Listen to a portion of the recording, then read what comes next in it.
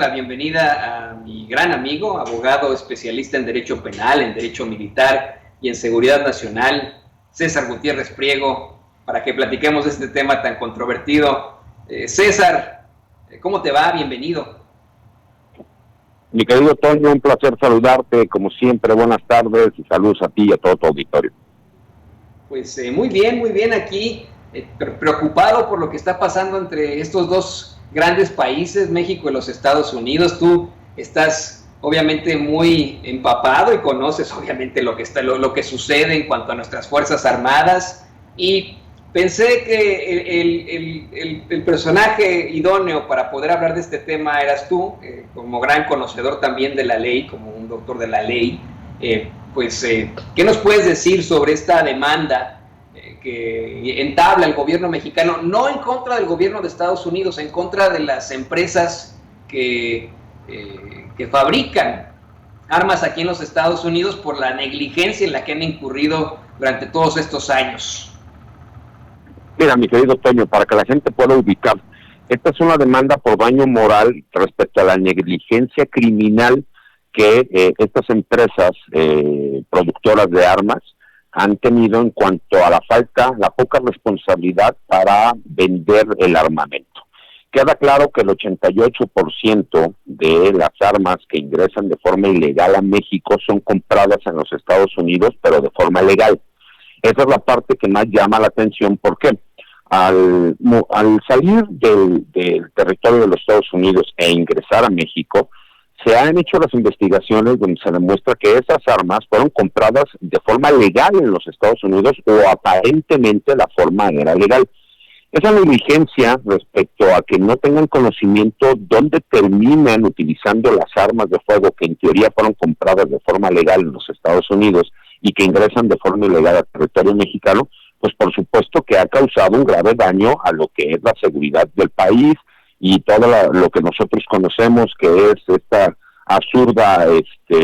problemática de inseguridad que tenemos, porque los grupos criminales, al tener poder de armamento como el que tienen, pues obviamente son una causa de problema mayor para las autoridades policíacas y militares del país, lo que lo ha terminado convirtiendo en un problema de seguridad nacional. Y recordemos que la agenda binacional está enfocada en ciertos puntos. Por parte del gobierno de los Estados Unidos es que ya no quieren que la droga pase a los Estados Unidos y que se frene el flujo ilegal de inmigrantes hacia los Estados Unidos. Y dentro de esa agenda binacional, de los puntos más importantes que maneja el gobierno mexicano, es que pare la introducción de armas de fuego a territorio nacional de forma ilegal. Y ese es por lo cual se presenta esta demanda que va en contra de estas grandes empresas que son de las más poderosas en los Estados Unidos, como todos lo sabemos,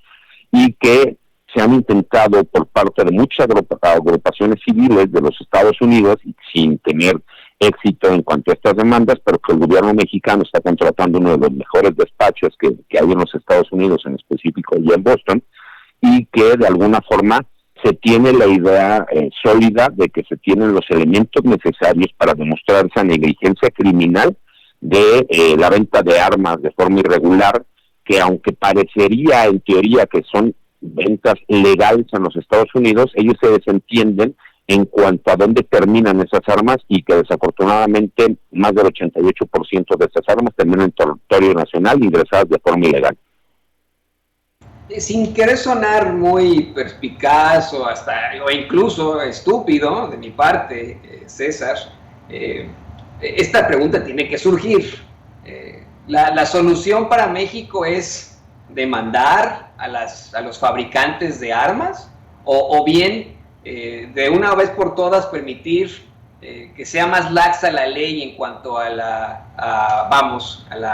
adquisición de armas, ahora que estamos viendo muchísimos avances en cuestiones de legalizar, por ejemplo, algunas drogas. ¿Esta es la medida correcta que está tomando el gobierno de México? Mira, tenemos que recordar, mi querido Toño, que en los Estados Unidos las enmiendas se entienden como tal, como derechos universales que tienen todos los ciudadanos norteamericanos. En México, como nosotros teníamos garantías individuales y ahora ya se nos reconocen los derechos humanos, pues por supuesto que no tenemos ese tipo de derechos que a lo mejor en los Estados Unidos sí lo tienen. En México es legal portar un arma de fuego, pero tienes que cumplir con una serie de requisitos que son demasiado engorrosos como para que tú puedas adquirir un arma de fuego. Y no se diga una aportación de arma de fuego, eso ya tienes que cumplir con otro tipo de criterios y de requisitos que tienen que ser autorizados por la misma Secretaría de la Defensa Nacional. Y obviamente pues, la problemática que viene aquí es, si tú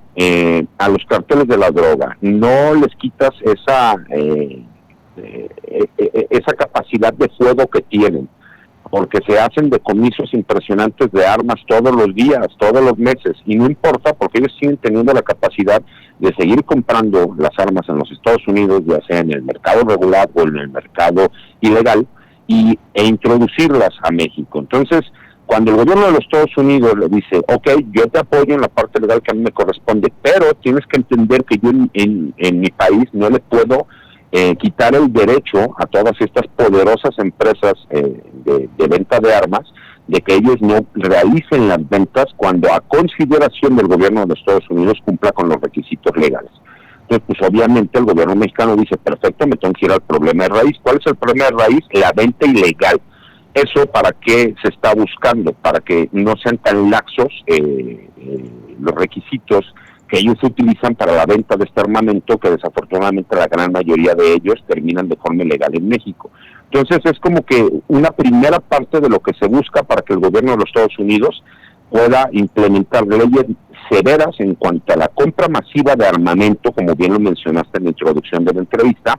para que éstas no terminen llegando a México, independientemente de la coordinación que tiene que haber entre ambos países, para que no sea tan sencillo por parte de los grupos criminales el ingreso de estas armas a territorio nacional. En tu conocimiento de derecho internacional que tienes, ¿hay alguna posibilidad que esto quede como un precedente aquí en Estados Unidos? Esta demanda a las empresas que fabrican armas para que en algún momento esa laguna del derecho aquí en los Estados Unidos para adquirir armas en los gun shows, en las expos de armas,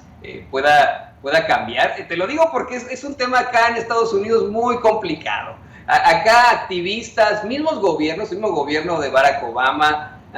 en su momento, y ahora hay precedentes también para el gobierno del presidente Biden, han buscado regular un poco más este mercado de las armas, ¿no? Porque muchos quisieran simple y sencillamente ir como en antaño a Walmart y comprarse una pistola, un rifle y se acabó, ¿no? Por eso es que son tan llamativos los gun shows aquí. Cuando hay un gun show, bueno, ese día desaparece todo el mundo, por ejemplo, aquí en Kansas City, ¿no?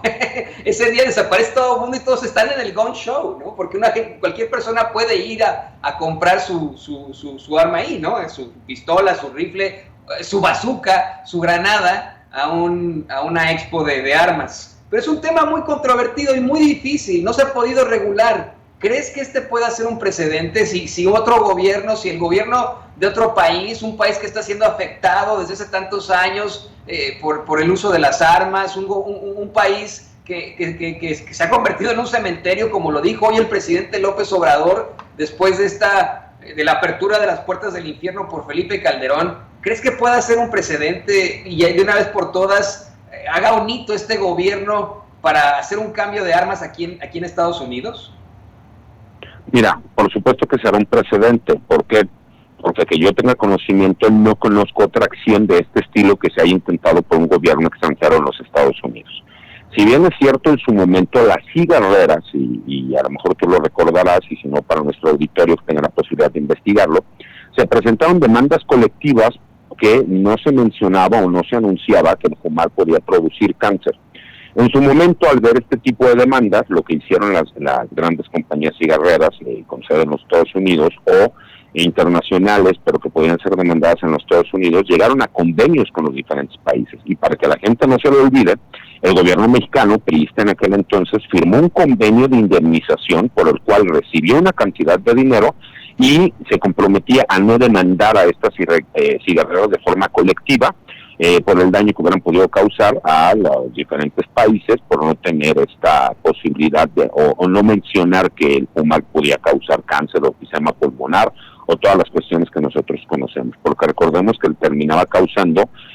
un agravio al presupuesto de cada uno de los países por las personas que tenían que ser hospitalizadas y que a lo mejor ese costo tendría que ser para el gobierno. Aquí lo que el gobierno mexicano busca, hay que ser muy claro, no meterse con los derechos que tiene el ciudadano norteamericano de poder comprar un arma. Nosotros entendemos como gobierno mexicano que no tiene nada que ver, o por lo que yo entiendo más bien de esta demanda, no tiene nada que ver con los derechos que tienen los ciudadanos norteamericanos. Lo que se busca es que se regule esa compra masiva, si me explico, en donde es ilógico que una persona pueda llegar y comprar a lo mejor 20,000 R-15 o 20,000 cuernos de chivo o armamento, que en realidad no tendría una lógica del por qué comprar un número tan alto de ese tipo de armas,